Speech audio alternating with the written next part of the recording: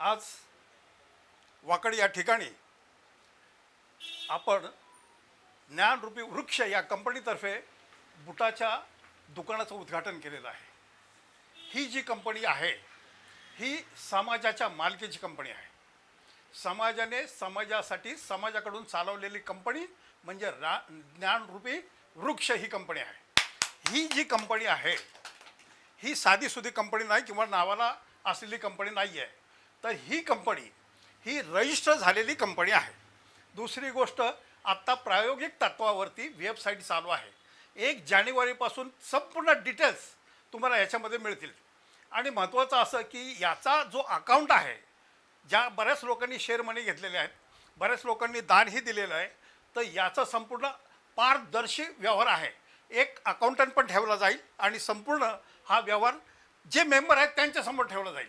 सुरुवातीला आम्ही जे संचालक मंडळ आहे तिथं हा विषय मांडणार आहे आणि त्याच्यानंतर वर्षातून एकदा ज्यावेळेस जनरल बॉडी होईल तर सगळ्यांसमोर हा प्रश्न आम्ही ओपन करणार आहे. सगळ्यांना कळू द्या की कंपनीमध्ये काय चाललं आहे.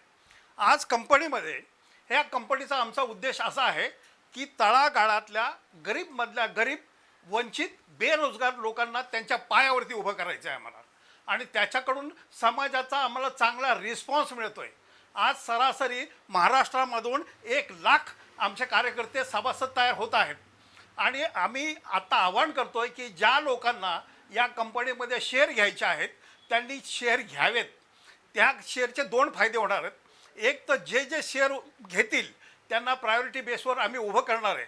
त्यांची जी इच्छा आहे, फक्त कसं प्रबळ इच्छा आणि कष्ट करण्याची तयारी असली पाहिजे, तरच तुमची आर्थिक बाजू मजबूत आणि भक्कम होईल.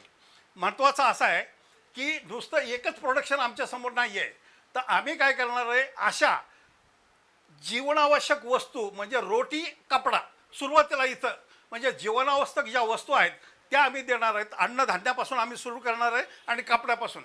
आणि हे कुठल्या बेसिसवर काम होणार आहे, जसं ॲमेझॉन आहे, जसं इंडिया मार्ट आहे, जसं फ्लिपकार्ट आहे, तर यातर्फे इथून माल सगळ्यांना मिळेल.